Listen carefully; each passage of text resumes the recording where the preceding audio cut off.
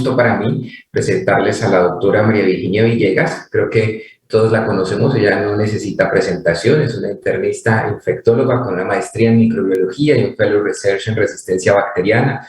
La doctora Villegas tiene más de 100 publicaciones en revistas indexadas y en capítulos de libros y es toda una maestra en resistencia bacteriana. Ella nos va a hablar ahora de la implementación de los programas de optimización de antimicrobianos en estos duros tiempos de COVID. Doctora Villegas, bienvenida. Bueno, gracias, Cris. Bueno, gracias a todos. La verdad, le puedo mostrar varios estudios que me parecían que fueron muy interesantes que podríamos aplicar, porque ya hemos hablado mucho de COVID y PROA. Entonces vamos a cosas que han sido publicadas. Entonces quiero hablarles un poco de algunos estudios donde se reporta el uso de antibióticos versus coinfección bacteriana. Sé que lo han presentado, pero seguimos insistiendo en este punto porque seguimos dando antibióticos innecesariamente. Discutir las dificultades existentes para una buena implementación del PROA, discutir estudios con estrategias prácticas para el éxito del PROA y revisar la importancia de implementar medidas de prevención y control asociados al PROA. Tal vez nos olvidamos de que no es solo de antibióticos. Entonces, ¿cuáles son los elementos fundamentales en un PROA? Prescribir antibióticos cuando realmente se necesitan. Allí viene un reto muy grande para todos. Usar las dosis adecuadas. Usarlos por el menor tiempo posible. Yo he visto una tendencia de querer, por ser un COVID, paciente con una coinfección, dejar los antibióticos por 14 a 21 días. Reevaluar el tratamiento con los cultivos resultados, con los resultados de los cultivos. Vigilancia en resistencia antimicrobiana, infecciones asociadas a la atención de salud y consumo de antibióticos. Educación a todo el personal. A veces tenemos que volver a educar y educar. Apoyar un enfoque multidisciplinario, no lo podemos hacer solos. Tenemos que tener un grupo de gente que nos ayude en las diferentes áreas. Aumentar el respaldo, aumentar y respaldar la prevención y control de infecciones, súper importante, especialmente en el ejemplo que les voy a dar al final, y controlar, por supuesto, la fuente de infección. Entonces, la necesidad de una administración de antibióticos durante la pandemia y recomendaciones viables. Entonces, ustedes ya conocen, pero se los voy a volver a mencionar. En este hospital de Wuhan, el 95% de los pacientes ingresados con sospecha de infección por SARS-CoV-2 recibieron antibióticos. Miren esto, de los 191 pacientes incluidos en el estudio, 181 recibieron antibióticos, pero demostró que esto no tuvo ningún efecto sobre la supervivencia, como tampoco los 41 pacientes que recibieron otros agentes antivirales. En otro documento, evaluó 9 estudios realizados en China y los Estados Unidos. De 806 pacientes positivos para COVID, solo el 8% desarrollaron coinfección bacteriana o fúngica, pero el 72% recibieron una terapia antimicrobiana empírica de amplio espectro. Otro estudio en el Reino Unido, aquí están las referencias, mostró que el número de coinfecciones bacterianas era solo el 3.2 de los casos, y esto fue en hemocultivos. Y tampoco se observó una evidencia de coinfección fúngica durante la hospitalidad temprana. Eso ocurre tardíamente en pacientes que han recibido esteroides y tocilizumab. No nos precipitemos. Usualmente entre los 5 días primeros no va a ocurrir. Conclusión, estos hallazgos demuestran que actualmente los datos no apoyan el uso generalizado de la terapia antimicrobiana en pacientes con COVID-19 y existe la necesidad de desarrollar políticas antimicrobianas globales y regionales y fortalecer las intervenciones del PROA para prevenir el uso inapropiado de los antibióticos. Necesitamos hacer protocolos institucionales para tratar de demorar, si no hay básicamente unos criterios muy claros, el uso de antibióticos. Entonces, a pesar de que el COVID-19 es una enfermedad viral, el uso de antibióticos en estos pacientes ha sido una práctica común, especialmente al comienzo de la pandemia. En series publicadas de pacientes hospitalizados con COVID, como les mostré, la prevalencia del uso de antibióticos va entre el 72 y el 95%. En las revisiones publicadas, la prevalencia de coinfección bacteriana, los pacientes llegan usualmente con COVID e infección bacteriana, usualmente neumonía, pero hay otras patologías, es del 8% y la superinfección, que es una vez hospitalizados, es del 14%. Por lo tanto, el uso sistemático de antibióticos no parece ser una estrategia adecuada y puede conducir a problemas de toxicidad. Bueno, miremos el impacto de las estrategias por el PROA frente al consumo de antibióticos en la pandemia por COVID-19. Este estudio coincide con otros estudios previos que reportan un patrón bifásico de uso de antibióticos. Hemos visto un primer pico durante el cual se detectó un mayor uso de antibióticos por infecciones comunitarias. Todo el mundo recetaba citromicina, de hecho casi que se acabó. Y posteriormente, y un segundo pico, que es probablemente el que estamos viviendo, con aumento del uso de antibióticos intrahospitalarios y antibióticos de ajuste. Entonces, las estrategias implementadas en este estudio, que me parecieron muy interesantes, es adaptación del PROA a la nueva realidad asistencial, implementando estrategias que permitieron controlar el uso de antibióticos durante la primera ola. Yo siento que muchos hospitales de Colombia están todavía en esa primera ola porque los programas desaparecieron, la gente se dispersó a otras cosas y apenas se está retomando. Entonces, mire lo que ellos hicieron que podría ser aplicable. Creación de un equipo de trabajo multidisciplinario, incluyendo un cuidado intensivo, anestesia, medicina interna, farmacia y urgencias, liderado por los miembros del PROA, así ya sea uno el que haya quedado, para elaborar un protocolo para el manejo de pacientes con COVID-19. Este documento incluyó recomendaciones con algunos antibióticos, como ceftriaxona y acitromicina, y su duración en esa época, en el 2010, era de 5 a 3 días respectivamente. Entonces, el sistema informático, o sea, farmacia, fijó la duración de estos tratamientos por defecto a los días definidos en el protocolo. Le notificaban al médico que le suspendían el tratamiento. Entonces, antes de la finalización del tratamiento, por supuesto, y en forma educada, los tratamientos fueron revisados por el farmacéutico clínico del equipo PROA. Si había alguna otra cosa fuera del usual, pues se hablaba con el médico y no se terminaban los tratamientos. Pero si no, todos los tratamientos eran suspendidos en el tiempo adecuado. Entonces, tras la primera ola pandémica, la actividad hospitalaria comenzó a normalizarse, como hemos visto en algunas instituciones, y permitió las habituales intervenciones individuales del PROA, lo que también permitió mantener los niveles del uso de antibiótico por debajo de los observados en el año anterior. Entonces, miren lo bonito, esto básicamente en el 2019, y miren cómo hacemos un pico, y en este estudio empieza a caer y se sostiene. Entonces, esperemos que con los equipos, la retomar el PROA, y básicamente con protocolos muy estrictos de revisión podamos lograrlo. Entonces, la conclusión, que es personal, es que se debe retomar las actividades del PROA, así sea poco a poco en espacios, especialmente en pacientes con COVID.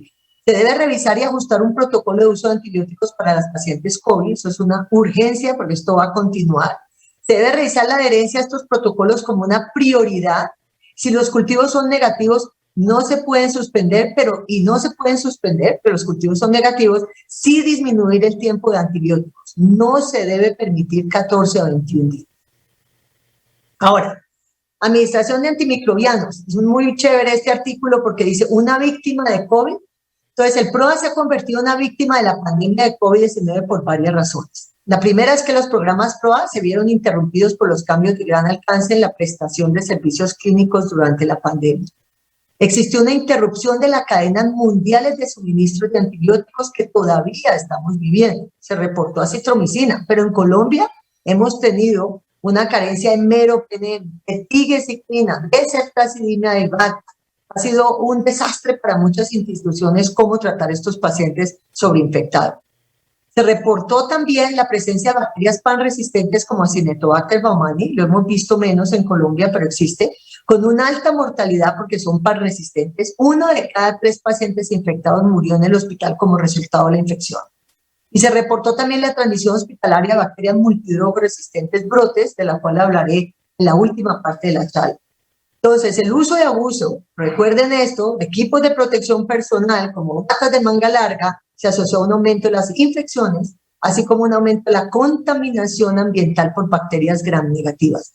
Las personas se ponen los equipos de protección, sus batas antifluido, creen que están protegidos y pasan de habitación en habitación de los pacientes sin ponerse una bata encima y descartar esa bata con cada paciente que se ve. O sea, el equipo de nosotros de protección no es protección para los pacientes. Entonces, debemos considerar varios puntos en la implementación de los PROA. Al tomar la decisión de prescribir un antibiótico, el médico debe equilibrar el riesgo inmediato para los pacientes de un tratamiento innecesario versus los daños a los futuros pacientes y realmente a la humanidad por el aumento de las tasas de resistencia que son absolutamente evidentes. Se espera que las intervenciones que reconozcan y aborden este problema realmente tengan mucho más éxito, sobre todo a largo plazo. Eso lo vamos a pagar muy pronto en el servicio de salud en Colombia. Se ha propuesto que esta incertidumbre diagnóstica puede disminuir con herramientas de apoyo para la toma de decisiones en el uso de antibióticos, como la intervención de farmacia, protocolos, revisar la epidemiología hospitalaria, etc. Se debe evitar la inercia de decisión para iniciar un antibiótico. Yo lo inicio porque me da susto, porque me da miedo. En el contexto de un paciente enfermo, se debe considerar diagnósticos diferentes. A menudo no son infecciones, son tromboembolismo pulmonar, son progresión de la misma enfermedad del COVID. También hay que considerar la lucha contra el efecto del fin de semana. Esto me pareció espectacular. Reportado por el cual es probable que los antibióticos de amplio espectro continúen durante los fines de semana y días festivos porque no hay nadie que los sostenga. Entonces, el laboratorio de microbiología tiene un papel vital que desempeña en el PROA. El informe oportuno de los resultados aumenta la confianza de los prescriptores para saber que están tratando la infección adecuadamente con antibióticos empíricos y permite desescalar y centrar el tratamiento. Existe un beneficio de las pruebas de diagnóstico rápido, eso es absolutamente claro. Se pueden hacer los paneles respiratorios y saber qué está pasando con el paciente y qué tipo de tratamiento. Los ven costosos, pero realmente no lo son, porque ahorrarían muchas terapias innecesarias. La nueva tecnología debe considerarse para facilitar una reducción importante en el tiempo de notificación asociado a un uso apropiado de antibióticos al identificar los genes de resistencia. Pero también en este estudio se dice algo muy cierto. Se puede optimizar los exámenes con los que cuenta la institución, como los hemocultivos, reduciendo los tiempos de respuesta sin requerir necesariamente la inversión de nuevos equipos. El papel que los biomarcadores, como la procalcitonina, aún no se han definido por completo y se espera que su uso más amplio durante la pandemia, porque lo están usando en forma increíble, abundante, nos aporte más evidencia de su utilidad para suspender o continuar antibióticos en infecciones respiratorias. Ahora, este es un algoritmo que se basa en el estudio de Bassetti, en la publicación clínico para el inicio de antibióticos en pacientes ingresados con COVID, y básicamente dice, mire alguno de estos factores, tiene shock séptico, tiene infiltrados focales compatibles con infecciones bacterianas, idealmente por una escanografía, sí, inicia terapia antibiótica, si el paciente acaba de llegar en la comunidad, es una neumonía adquirida en la comunidad, no necesita piperacilina, no necesita meropenem, mire las muestras microbiológicas, trate básicamente eso, si es una sobreinfección, mire su epidemiología local, que le va a decir de qué bacteria se va a infectar durante la estancia hospitalaria, y ojo, trate por 5 a 7 días, si no lo logra en 5 a 7 días, no lo va a lograr en 14 a 21 días, y considere la descalación. Si no tiene eso, simplemente observe, mire qué está pasando con el paciente, considere procalcitonina, considere diagnóstico rápido. ¿Cuál es la visión general de los desafíos y los retos potenciales relacionados con el COVID? En este mismo artículo me pareció excelente. Estos son los retos diagnósticos relacionados con la infección, estas son las soluciones potenciales. Diagnóstico clínico de infección bacteriana difícil debido a la inflamación en curso, contextualizar la rutina clínica, los biomarcadores de infección, considere el uso de procalcitonina, considere herramientas de diagnóstico alternativos, por ejemplo, ultrasonidos, si hay experiencia en la institución, nuevas pruebas diagnósticas rápidas, posible infección fúngica, sospecha radiológica, escanografía, si la puede hacer, pruebas para hongo, como cultivos, galactomannan, beta-glucano, PCR, excluir la fibrosis o la embolia pulmonar como diagnóstico alternativo, mantenga un alto índice de sospecha y un umbral bajo para la tomografía computarizada con contraste para descartar este tema.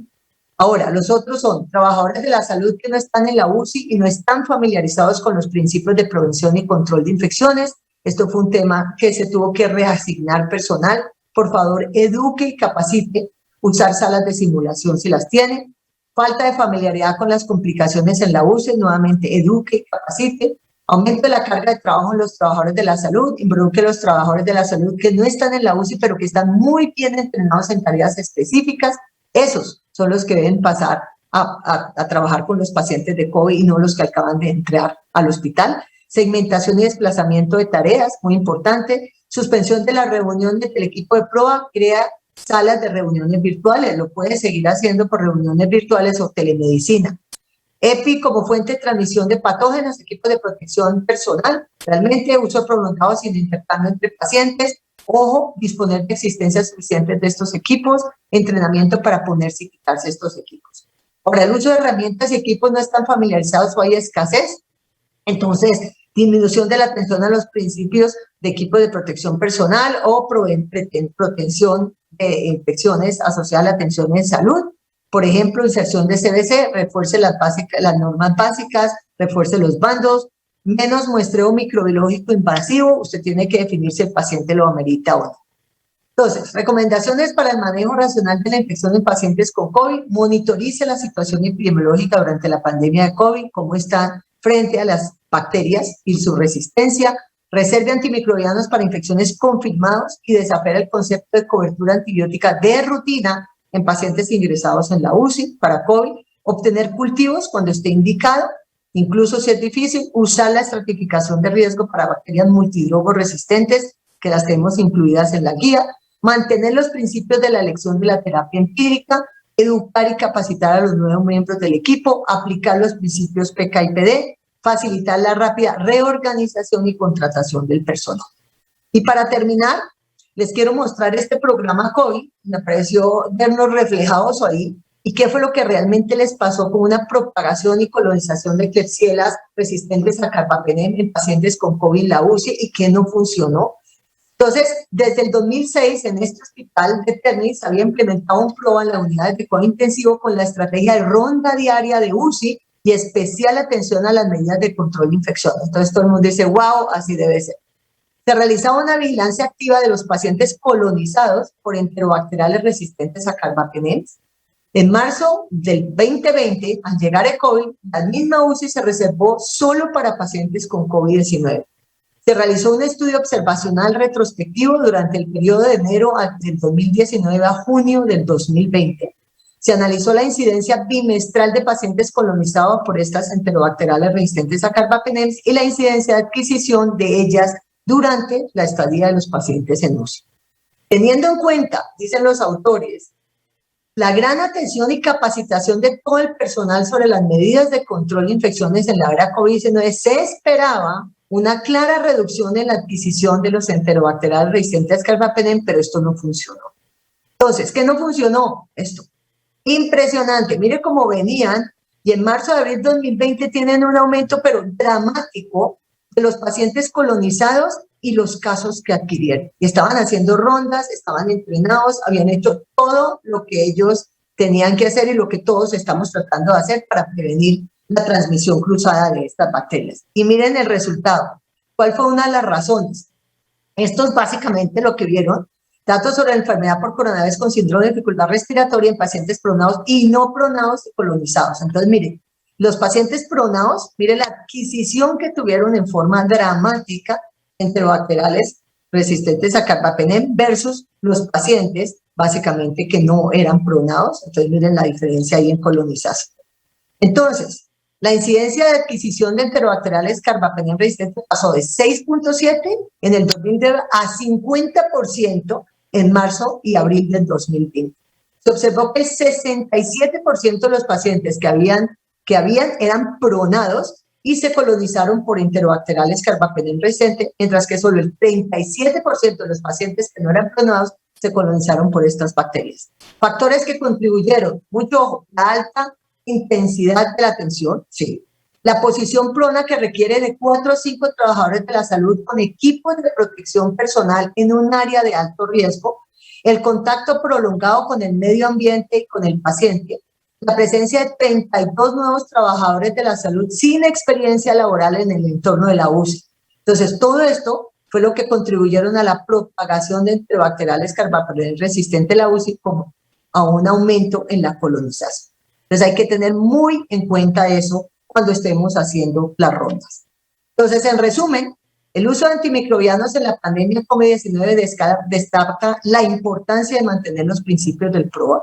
Aunque es difícil aplicar los conceptos utilizados fuera de las pandemias, debemos reflexionar sobre cómo se deben usar los agentes antimicrobianos.